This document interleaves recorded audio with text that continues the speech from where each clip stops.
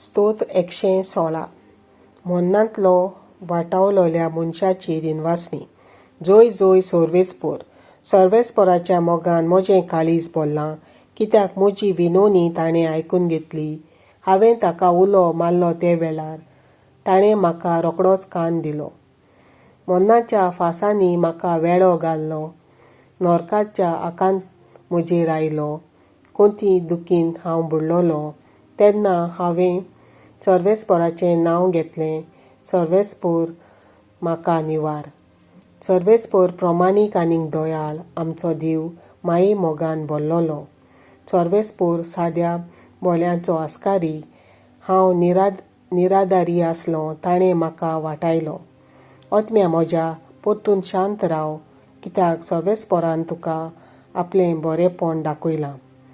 ताणें म्हाका मोन्नांतलो वाटायला, दोळ्यांतलीं दुकां पुसून काडल्यांत आनी आदलून पळोना जावंक म्हजीं पावलां राखल्यांत.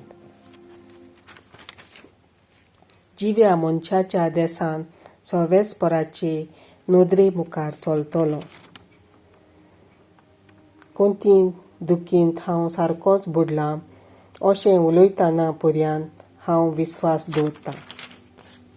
म्हज्या आकांताच्या वेळार हांवें म्हणलें मनशांचेर पातयेवंक जायना.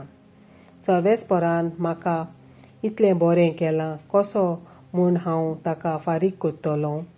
सर्वेस्पोराचें नांव घेवन चडवणेचें पात्र उबारतलों. सोबे माजार सगळे ताचे परजे मुखार सर्वेस्पोराक केल्ल्यो आंगवण्यो पाळटलों. सर्वेस्पोराच्या दोळ्यां मुखार ताचे भक्तांचें मरण भोव मोलादीक. हांव तुजो चाकर सर्वेस्पोरा, तुजो चाकर हांव, तुजे चाकोनीचो पूत. म्हज्यो सांखळी तुवें तोडून उडयल्याय. सर्वेस्पोराचें नांव घेवन दिनवासनीचें बलिदान भेटयतलों. सोबे माजार सगळे ताचे परजे मुखार सर्वेस्पोराक केल्ल्यो आंगवण्यो पाळटलों. सर्वेस्पोराच्या घराच्या आंगणांत तुज्या मार्गां बिडीं मोदें जेरुजाल्या.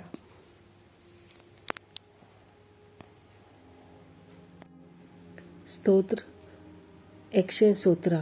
देवाक वाखाणूंक सगल्यांक आपोवणें. जोय जोय सर्वेस्पोर. सोमेस लोकांनो देवाक वाखाणात.